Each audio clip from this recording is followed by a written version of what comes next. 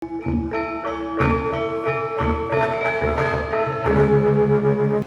samping saya ini adalah Pak Oka Swastika Mahendra. Banyak orang awalnya kaget, siapa Pak Oka? Karena orang mengenal dia Pak Pur guru SMA gitu. Pak Pur ini cukup lama menekuni sebagai guru, juga di samping sebagai guru dia cukup aktif membuat tulisan-tulisan ilmiah terutama pendidikan. Dia juga akhirnya di saat usia pensiun Mbak ya, usia pensiun dari ASN, dia meskipun dia menulis sastra cukup lama dari tahun 70, tapi lebih ke spiritual, makanya kalau malam ini dia mengemas dengan tema membaca Bali, ternyata ada latar belakang bahwa Pak Pur ini sudah belajar spiritual Bali cukup lama. Baru ketika dia selesai pensiun, dia mencoba semua pemikiran spiritual, pemikiran analisa tentang Bali dan pembacaan tentang budaya Bali atau ikon-ikon Bali, lalu dia tuangkan dalam puisi saat dia ada pensiun kali ini. Nah, untuk malam ini kita akan tanyakan Pak Oka langsung. Saya perlu informasikan bahwa Oka buku antologi membaca Bali ini adalah antologi kedua. Dalam sangat singkat, setahun ini dia punya 2 antologi puisi. Langsung saja biar kita memanfaatkan waktu. Saya akan bertanya Pak Oka dulu sebelum saya akan bertanya tentang proses kreatif sastranya. Saya akan bertanya dulu tentang latar belakang dia untuk sebagai referensi kita bahwa penyair itu punya latar belakang yang berbeda-beda. Ada yang memang khusus dari awal dia menyukai sastra, lalu dia berkarir menulis sastra. Ada yang dari berbagai bidang. Kita banyak mengenal bahwa penyair atau penulis pun ada latar belakang dokter, ada belakang seorang saintis dan macam-macam. Nah, itu adalah masalah-masalah yang tidak perlu kita bahas karena itu masalah kemampuan kreatif. Untuk ini saya mohon sedikit jelaskan Pak, audien biar ngerti. Sebelum Pak Oka menulis puisi atau menjadi penyair, mungkin ada pengalaman menarik Pak selama menjadi guru Pak. Karena saya baca Pak Oka ini cukup lama menjadi guru SMA 6 dan SMA Teladan. Ini saya kira SMA favorit di Jogja. Barangkali bisa sedikit diterangkan suka duka jadi guru dulu Pak. Nanti kami akan bertanya tentang karya sastranya. Monggo Pak. Terima kasih. Sebelum saya menjawab, saya harus apresiasi kepada teman-teman sekalian pendukung acara ini, seluruhnya saja. Tidak perlu saya sebut satu persatu, tetapi terutama bahwa teman-teman dari pekerja keras Insaga, Asdrafi, Mas Jeding dan sebagainya itu sungguh membahagiakan saya dan sebenarnya saya terharu sekali. Seorang hanya seperti saya kemudian didukung secara luar biasa panjenengan sekalian. Maka tepuk tangan untuk panjenengan sekalian. Yang kedua, menjawab pertanyaan dari Mas Mahmud. Suka duga jadi guru. Sebenarnya cita-cita awal saya itu saya ingin jadi seniman Mas. Ya, tetapi kemudian tiba-tiba nasib kemudian menentukan jadi guru. Lulus SMA saya masuk di Fakultas Sastra, tetapi kemudian birokrasi tidak saya sukai, akhirnya saya pindah jadi Universitas Gajah UNY. Gajah UNY?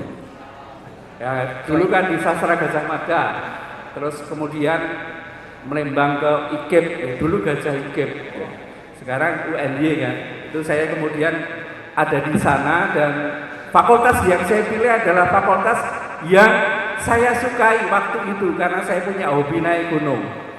Sehingga yang saya pilih adalah Fakultas Geografi. Gambaran saya bisa naik gunung. Ternyata ora. Ya, akhirnya kemudian ya saya berproses untuk jadi guru. Artinya bahwa ketika saya menjadi seorang guru ya saya kemudian menjadi seorang yang mengajar secara normal, tetapi kalau kemudian saya mengajar di alam, saya tidak normal, abnormal. Proses saya begitu. Artinya apa? Artinya bahwa karya sastra saya ini sebenarnya kumpulan puisi saya ini sudah ke-24. Tetapi yang kelihatan cuma 2 kan begitu. Tetapi bahwa saya terima kasih sekali pada proses ini dan kemudian sampai di sini dan hari ini. Kalau kemudian saya bukan orang Bali, kemudian saya membaca Bali, saya punya proses yang ketika saya lulus SMA, saya naik sepeda dari Jogja ke Bali. Sampai di Bali, saya kemudian mengeksplor Bali di sana. Kemudian saya masuk ke sebuah pura terbesar, yakni Pura Besakih. Nah, di situ saya ada dialog khusus dengan semesta di situ. Kemudian saya temukan sebuah nama, Oka Swastika Mahendra. Itu ketika saya lulus SMA sekitar tahun 75-76, saya berproses, kemudian saya menetapkan diri dengan nama itu. Ya, ada sesuatu yang mengharukan di situ, tetapi itu milik pribadi saya yang kemudian saya gunakan di dalam proses kreatif untuk bersastra. Ya. Kebetulan saya menyukai menulis puisi sehingga saya menulis puisi. Itu saja, Mas. Terima kasih. Oke, makasih Pak Eka penjelasannya. Tadi saya baru dapat informasi baru bahwa Pak Oka ini menulis puisi cukup lama, sudah cukup banyak. Tapi yang dimunculkan itu 2 judul. Kalau tidak salah, Melihat Bumi dari Langit itu yang pertama Pak ya.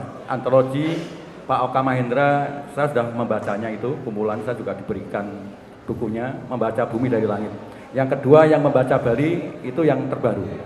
Langsung saja saya akan bertanya tentang tema Bali, Membaca Bali. Kenapa Pak Oka Pak Oka ini lahir dari Banyuwangi, dia orang Banyuwangi. Kenapa Pak Oka orang Banyuwangi kemudian tertarik dengan melihat Bali secara keseluruhan? Saya lihat kalau dilihat dari puisi-puisinya Pak Oka cukup melakukan eksplorasi yang cukup luas terhadap budaya Bali maupun hal-hal yang berkaitan dengan Bali. Ini dulu Pak Eka, kenapa Pak Oka orang Jawa Banyuwangi tertarik dengan hal-hal yang bersifat Bali? Monggo Pak.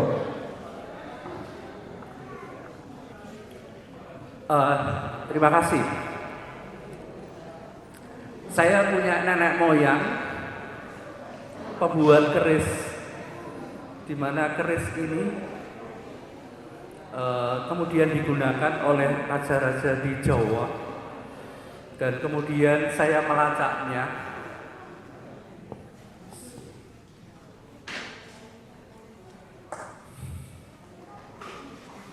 Mohon nahan nafas, Pak Oka lagi mengerahkan memorinya ini. Saya melacaknya ketemu di Cilacap, nenek moyang saya itu. Kemudian saya berdialog dengan nenek moyang saya yang sudah dikebumikan. Kemudian punya sejarah yang panjang tentang penciptaan kerisnya, tetapi saya belum ketemu kerisnya. Nah, baru tahun 2022 ini saya ketemu dengan Bli Mahendra ini. Kemudian beliau punya sebuah keris yang dibuat oleh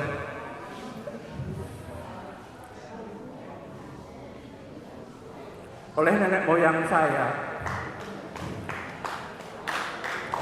Surprise. Ini peristiwa langka. Lalu bagaimana Pak? Dan proses tentang Bali itu kemudian sesungguhnya sudah saya jalankan ketika saya masih kecil, saya dewasa, kemudian saya mencarinya, dan saya berproses. Pertama kali saya naik sepeda dari Jogja ke Bali. Ya, karena orang tua saya tinggal di Bali walaupun ibu saya dari Banyuwangi. Kemudian sampai di sana saya tidak punya saudara. Ya, tetapi kemudian saudara saya adalah alam semesta. Ya, kemudian saya menggalinya. Pertama kali saya datang di pantai yang namanya Pura Rambut Sili yang nanti akan dibacakan oleh Mbak Lui ya.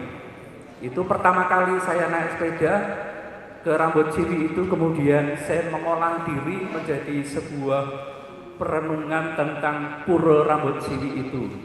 Berikutnya kemudian saya ketemu Pura Besakih yang kemudian menciptakan nama Oka Swastika Mahendra.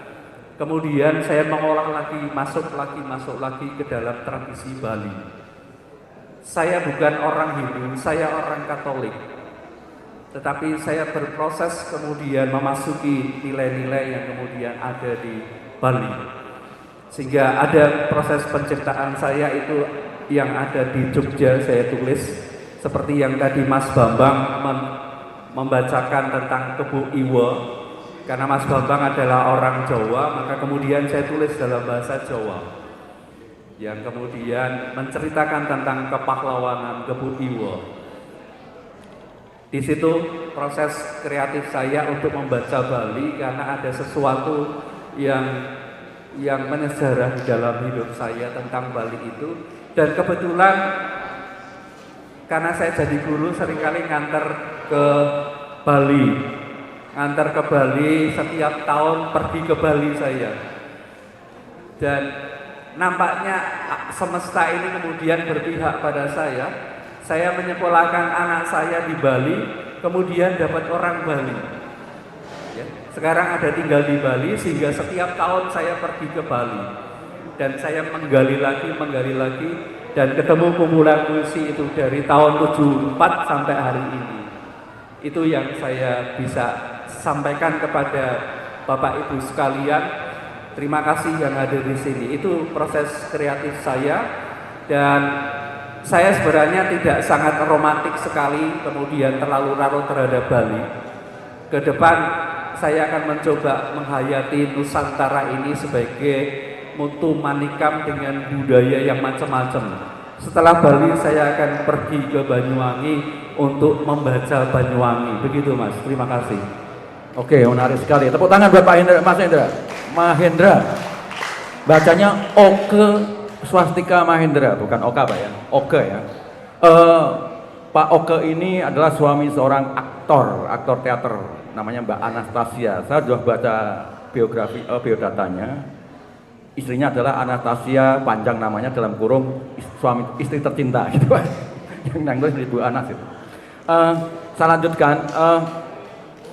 Kenapa Pak Oka lalu kemudian setelah pensiun, kenapa nggak dilakukan dulu antologi yang khusus baru dipublikasikan setelah pensiun terhadap dua kumpulan puisi yang waktu yang sangat singkat, karena pada tahun ini Pak. Biasanya kalau penyair itu membuat antologi puisi cukup waktu, dia akan mengumpulkan dulu berbagai renungannya, kontemplasinya, dan pilihan-pilihan tema. Pak Oka pada tahun ini saya lihat ada 2 puisi yang sudah di launching. Nah ini semangat apa Pak Oka sampai bisa mengejar waktu yang cukup cepat, yang mungkin tidak semua orang bisa demikian? Iya, sastra terutama puisi adalah makanan bagi saya. Jadi setiap hari saya menulis puisi, berguna maupun tidak berguna, dibaca maupun tidak dibaca, saya menulis. Ya. Kalau kemudian ada puisi-puisi pilihan itu kan kemudian mencoba kita kumpulkan, kemudian kita ekspresikan dalam kesempatan ini. Jadi bahwa bersastra adalah kehidupan dan kebahagiaan, maka puisi adalah makanan saya. Jadi setiap hari saya menulis puisi Mas. Perkara itu berguna atau tidak bagi publik. Ya, itu, terima kasih. Berarti kesimpulannya setiap nafas Pak Oke ini dia selalu menuangkan dalam bentuk puisi. Memang ini banyak dilakukan para penyair menulis banyak puisi, barangkali yang dikumpulkan, dibuat antologi akan dikhususkan pada tema-tema yang dia sukai. Barangkali benar Pak Oka menulis puisi cukup lama dari dulu, tapi ketika dipublish pada tahun ini masuk akal. Jadi saya kira ini mungkin punya pengalaman sama para penyair, kalau dibongkar di kamarnya, di meja kerjanya puisinya banyak sekali, tapi yang dipublish barangkali terbatas yang dia sukai. Saya kira ini bisa menjadi catatan kita bersama. Kalau kita memang ingin menulis, barangkali ini sebagai pengalaman yang sama atau mungkin tidak sama, intinya adalah proses kreatif. Sebagai closing, ini maaf untuk diskusi cukup singkat karena masih banyak pembaca puisi yang akan tampil. Apa yang dibayangkan Pak Oka ke depan terhadap pikiran-pikiran Pak Oka dalam puisi? Tadi saya mendengar mau tentang Banyuwangi, Danau Nusantara, artinya kan seluruh provinsi di Indonesia. Artinya itu akan ada eksplorasi ke setiap wilayah Pak ya. Ketertarikan memilih tema Nusantara atau provinsi-provinsi itu karena latar belakang apa Pak? Biasanya penyair, saya juga penulis, artinya tidak terlalu melibatkan kultur-kultur tertentu, dia lebih individual memikirkan pikiran-pikirannya. Bagaimana menurut Pak Oka? Terima kasih. Pesan idealnya begini, ini Indonesia dengan binika dan kekayaan itu harus digali. Dan saya berkewajiban untuk itu. Satu. Yang kedua, nilai-nilai yang kemudian harus kita munculkan hari ini untuk mengimbangi nilai-nilai yang hadir di tempat ini. Saya tidak melawan, saya bukan melawan, tetapi inilah Indonesia yang kemudian warna-warni itu bisa kemudian disampaikan kepada siapapun. Saya bukan seorang ahli Banyuwangi nantinya, saya bukan seorang ahli Bali, tetapi saya mengapresiasi itu. Ya, nilai idealnya bahwa ini Indonesia. Indonesia adalah kita. Maka di sana bisa digali apapun, apakah drama, apakah film, apakah yang lain. Itu Kearifan lokal itu artinya gitu Pak ya? iya. Ada yang lain Pak Oka? Ada. Monggo. Ya. Para hadirin sekalian,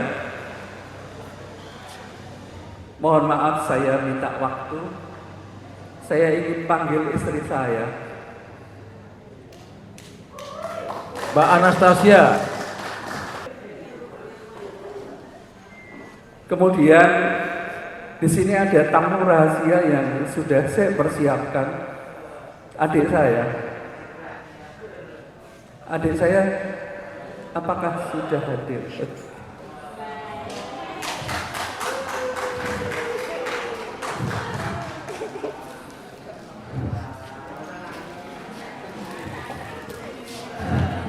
Wah ini momentum surprise.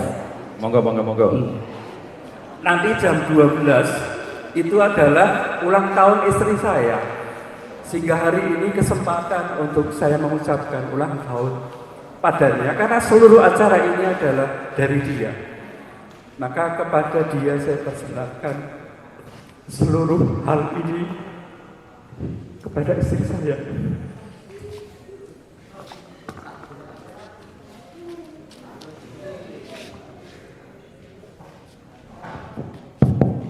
Tepuk tangan.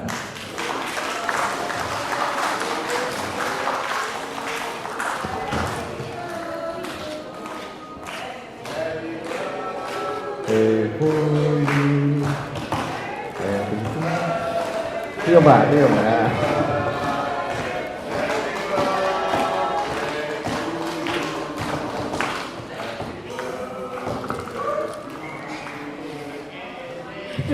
Sungguh saya tidak menduga dan saya malah lupa kalau besok pagi saya ulang tahun karena saya malam ini harus ikut baca puisi dan tadi saya sudah persiapan masak. Jadi untuk baca puisi persiapan saya bukan baca puisi tapi masak. Jadi saya sampai tidak tahu tidak mengingat lagi. Tetapi bagaimanapun terima kasih sekali untuk suamiku, cintaku, sayangku, manisku, termasuk sumber penghasilan.